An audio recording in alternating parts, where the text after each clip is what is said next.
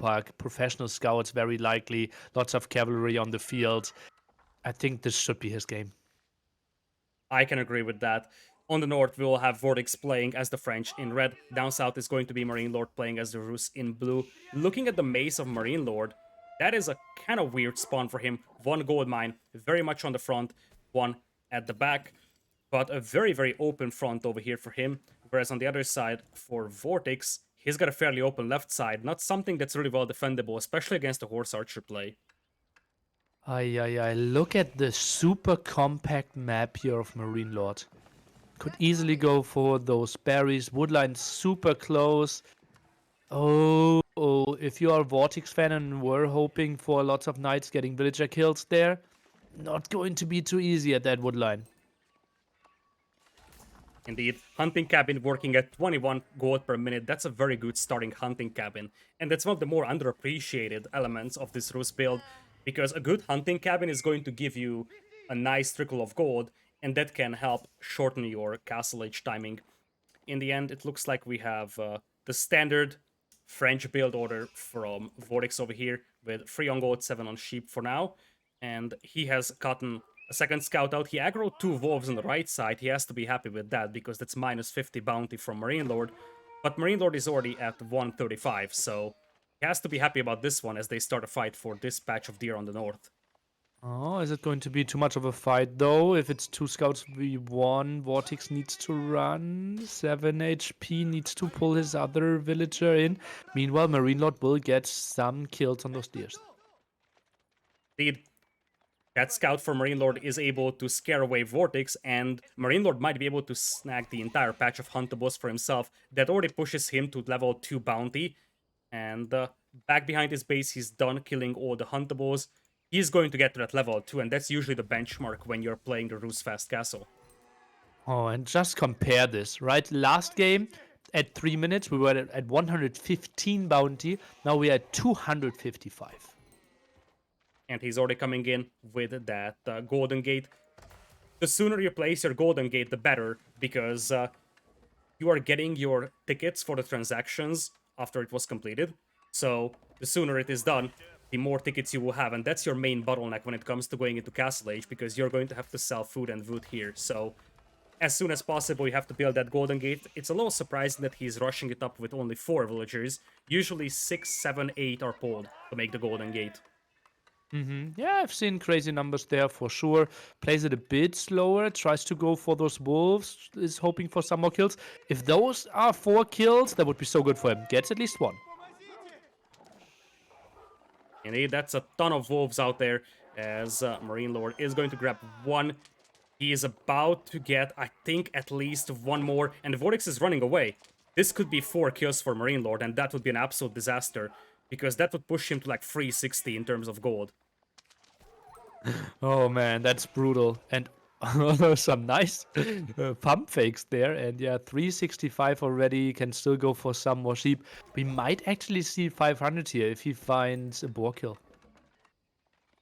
Indeed, that's a possibility, although that is usually only done once you have some knights on the field in Feudal Age. If you go for cav archers, you wait with the boars until you get to castle, but 365 is a very good start, especially because if you do the math, that's around the mark where you need 1 less transaction. So if he gets a couple more sheep kills, I think he's gonna be at 380, and that's exactly where he wants to be. Especially if he finds 1 or 2 more wolves, that's going to be spectacular. 370 bounty is nothing to be ashamed of here. Absolutely not. And obviously more scouts being in production here, and we see the scout approach by Vortix as well. So will be a run for those carcasses, and it feels MarineLorD should have more scouts on the field. The Rus usually have that because they do have the hunting cabin to start off with, and they can also get the professional scouts. So usually what Rus do is go forward for the opponent's hunt, because they're almost guaranteed to have their scouts and professional scouts upgrade in faster. So you can start off by stealing the opponent's hunt. Will be interesting to see if Vortix would just try to pick up whatever is left of his own hunt, or if he's moving out to try and steal some from MarineLorD's side. MarineLorD still annoying there, and as you can see, Vortix now pulling everything over. Will be 4 scouts, but better hits by MarineLorD to begin with. Indeed, the hits are way better. Those scouts do a ton of damage against each other, and losing even one scout over here could be just devastating. MarineLorD decides not to fight this one anymore, and he's going to run away with the scouts. I think that's the wise decision here. You don't want to risk losing your scouts because it's more important for the Rus to have those professional scouts working compared to the French. I think once you get like 4 carcasses home, you can start fighting a bit. Would you want to see a knight being added? I think that could be lovely in those fights, but maybe the scouts just run away. I think a knight would give you a bit of a safety, so it would make sure that MarineLorD is not fighting back. But as you said, MarineLorD doesn't need to fight, so at this point, MarineLorD picked up 3 carcasses from his opponent. He can just ferry in his own patches now, and he's going to have the advantage when it comes to overall hunt. Looking at his resources, that's already pretty decent. He's at 900 food already. Kind of low on the food department, but that's no problem for him. He's just going to sell that anyways, and he is ready to go into Castle Age. Something we need to kind of discuss is that sometimes people go heavily on scouts up to like 11, 13 and just try to run under the opponent's TC and try to steal their carcasses under their TC away. This one will be really tricky for MarineLorD because he has all the carcasses at the bottom of the TC and therefore far away from the opponent. But Vortix carcasses are somewhat exposed. I agree with you on that, and once you get to Castle Age, those scouts will be less and less important, so it would be very difficult for Vortix to steal all those carcasses, especially with that tower also being nearby. Whereas for MarineLorD, he could really think about moving in and getting some carcasses, especially if he combines that with some sort of distraction. So once he gets to Castle Age, sends in a couple of horse archers to hit that gold mine, and while his opponent is distracted, tries to steal the hunt. That's also an option. Castle Age already on the way for him, and the archer ranges are coming in. Just textbook execution of the fast castle horse archer build so far. Yeah, very, very smooth here. Sub 8 minute, maybe 8:10, something in that ballpark. Archery ranges being dropped. Now the question is, when do we go for the blacksmith? Do you like it after 3 or after 4 archery ranges? I think I like Oh, it. carcass run by. Knights will soak up a lot of town center fire over here. Villager goes down on the archer range. But there's a bit of a traffic jam over here for scouts, and scouts aren't particularly sturdy. Still, the town center isn't focusing the scouts, so there is 1, 2, 3 carcasses being stolen. Make it 2 only thanks to the town center fire. And it looks like this could go down to just 1. Nope. It's 2 in the end, because even though that scout goes down, the other one's gonna pick it up. Another one got stolen, so ultimately, Vortix has to be happy with that steal. He pretty much takes back what was stolen from him before, because MarineLorD stole 3 from his patch. And what he also stole is a lot of time, because MarineLorD had all his villagers in the TC there. And therefore his castle age time got delayed by a solid 30-35 seconds in addition to the carcass steal. And the archer ranges aren't completed there either. Plus, look at the resource bank of MarineLorD. Basically no food, so he can't start producing those horse archers immediately. So, as you said, there was quite a lot of delay being done. And if you look at Vortix, the problem for him, I believe, is that he is still in Feudal Age. He's grabbing the defense upgrade for the Pierce Armor of his knights, but Castle Age horse archers, especially once they start getting the blacksmith upgrades, they will be able to get through that armor quite nicely. And to answer your question, it looks like MarineLorD is going to play 4 ranges before the blacksmith. Ooh, and look at that. Vortix actually knows, okay, horse archers will be pretty crazy against my army, but not having the greatest range means town centers are really good at defending against horse archer aggressions. And Vortix, something I've never seen before, is actually opening double stable plus School of Cavalry, followed up by a TC. If MarineLorD scouts this, he needs to start thinking about adding Spearmen here, because he still has the Castle Age advantage.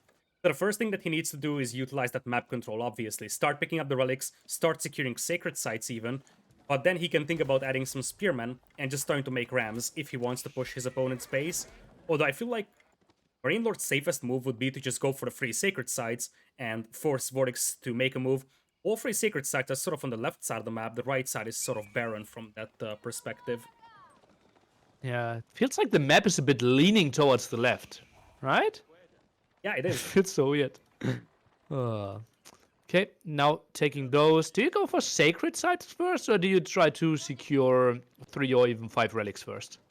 I think you're going for relics here because ultimately there is no risk of Vortix picking up those relics in front of you, but he can neutralize the sacred sites while you're not looking, whereas the relics will just be yours forever. It looks like MarineLorD is going to take the sacred site because he sees that his opponent isn't moving out, but I think especially if Vortix was a little more aggressive contesting map control, you would go for the relics first.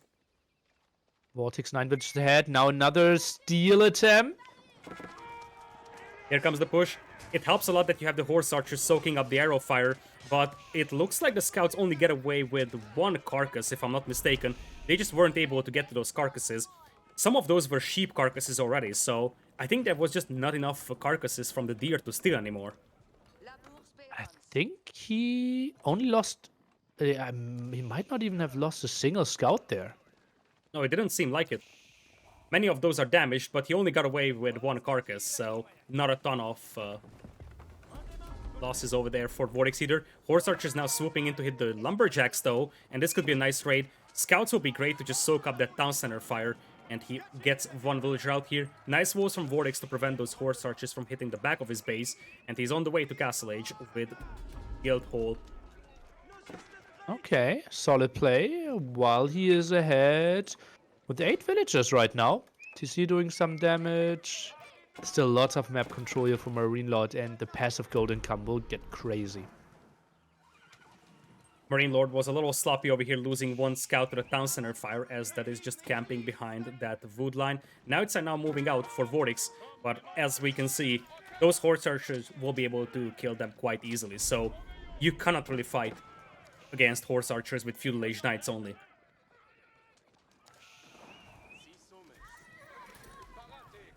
One archer, no, double archer range. Okay. It just feels like MarineLorD, he's getting so many things behind the scenes going for himself. Like, what's the army going to be of Vortix? It's full knight archer, but it takes so long till he gets to the other side of the map. I think MarineLorD should be able to muscle up an army to fight this. Absolutely. Because at this point, if you look at the income per minute, despite the fact that you have more villagers for Vortix, that's way better for MarineLorD. So he's got a lot more resources to work with, and he already started that Sacred Site countdown, so Vortix has at maximum 10 minutes to move out of his base right now. MarineLorD is already sitting at 3 relics back at home, and he's bringing back relic number 4. Relic number 5 is about to get picked up, so 5 relics, 3 Sacred Sites. That has to be a ton of extra villagers for Vortix to compensate with. And I don't think that he just has time to build up his eco, build up his army. He's massing archers, and that's a decent response to the horse archers. But if MarineLorD starts adding siege weapons, like mangonels, then I don't think that this is a fight that Vortix will be able to take. Oh, now big engagement here, but it feels like the knight numbers simply aren't there. Indeed, here come the knights. Horse archers will try to take an engagement, and the scouts are also very good to absorb the charge of the knights, because the real danger is that charge. Especially because after that successful charge, the French knights get a bonus damage. So using your scouts as the meat shield, you can just leverage the fact that your horse archers don't get hit at all. At this point, MarineLorD is sort of pinning Vortix inside his base, and he's just leveraging that map control perfectly. He knows exactly Vortix isn't going to move out for the sacred sites right now. Uh-oh, archer numbers not that crazy here. It feels like, yeah, Vortix is a solid 10 villages ahead, or it's now even 11. But resource count or resource income looks better for MarineLorD simply because all the relics, all the sacred sites, everything going right for him. And now even the monastery will get 5 relics. And when you have 5 relics, your gold income is crazy, and that makes it very, very easy to get the Boyar's Fortitude upgrade, as we have a 5 coming in here. Beautiful narrow choke point for MarineLorD. He also has the Saint's Blessing on his army, so he's getting an extra armor for his army as well, and that feels like it's a game-deciding fight. MarineLorD can take this, even with the town center helping out for Vortix. This might be game over here for our red player. TCs are strong. 20 villagers inside there, and they're shooting quite a bit. Those were heavy losses for MarineLorD. 78 against 78 population, Lidakor. Oh boy. One thing to note is that the Veteran Archer upgrade came in just in the moment that fight started, so MarineLorD may have overestimated the power of his army, and mass foot archers, we have seen that they're capable of beating the horse archers here. MarineLorD wanted to close this game, but in the end, it felt like an overextension. Still, at the end of the day, he is the one with the map control, and he's going for a second town center on the right side, so he wants to have a massive eco advantage here from that map control that he's built up.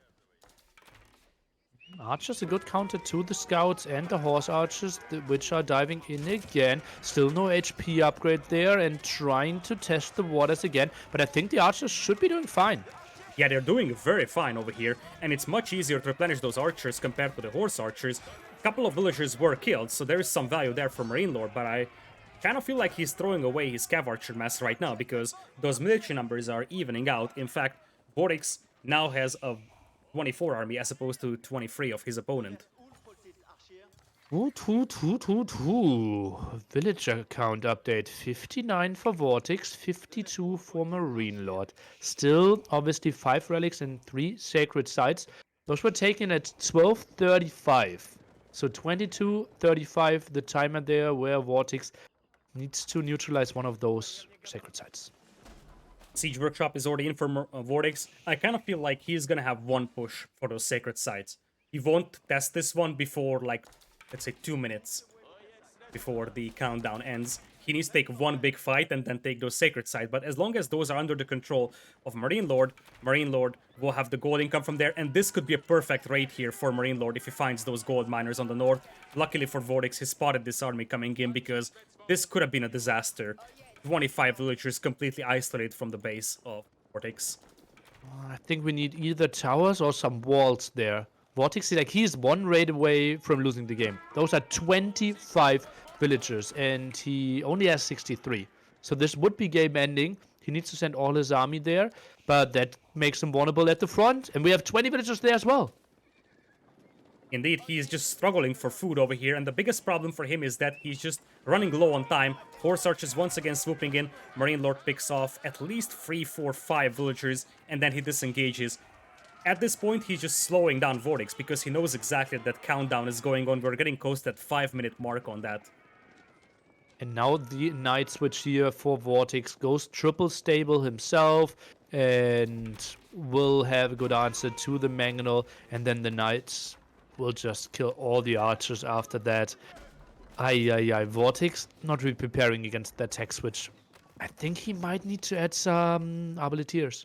He's doing that just now, which is an interesting point to bring up because he didn't scout the stable switch, so he's just blindly assuming that there is going to be knights. He didn't see a single knight on the battlefield.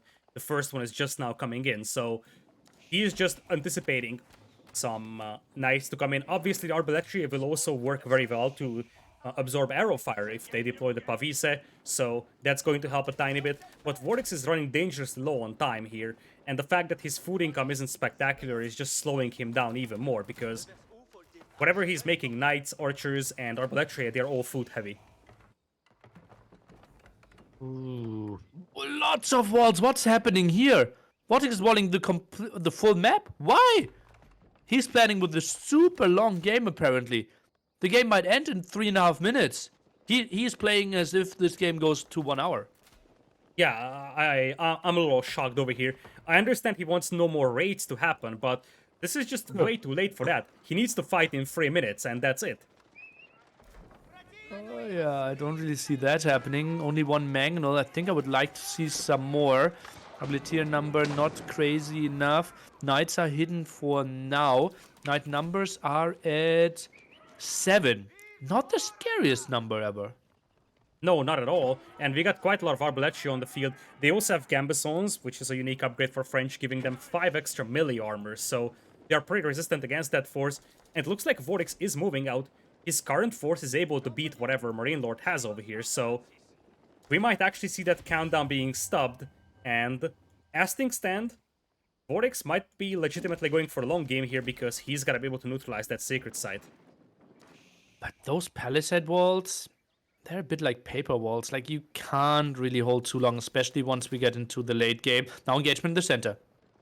Horse archers moving in from the left side, and then the knights are swooping in from the right. Knights will probably try to snipe the mangonel. The question is, what can the mangonel do? So far, Mangonel hasn't been focused down. Saint's Blessing already in. Horse Archers microing away from those Mangonel shots. The Mangonel does go down, and the Archers are just getting absolutely torn apart. HP upgrade in for MarineLorD as well, and it looks like he's getting forced back. The Sacred Site is still under the control of MarineLorD, so if Vortix loses this fight, it is game over for him, and it very much seems like it, because the Horse Archers and the Knights together will clean up the Arbaletier. It is game over, Vortix steps out, and MarineLorD moves into the Grand Finals, leveraging that Rus power. V to the G there. Vortix had a 15 population lead going into that last engagement, but simply the army value had to be so much higher for MarineLorD. Had the Knights, had the Horse Archers, and Archer Abilitaire. Not good enough against that army. Maybe just neutralize the Sacred Side and go back could have been the better play if you wanted to play the long game.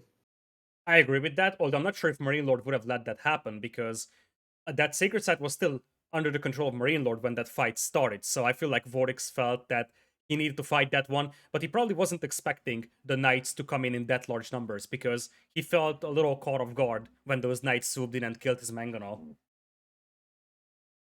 Maybe 1-2 towers trying to play the very long game could have been an option.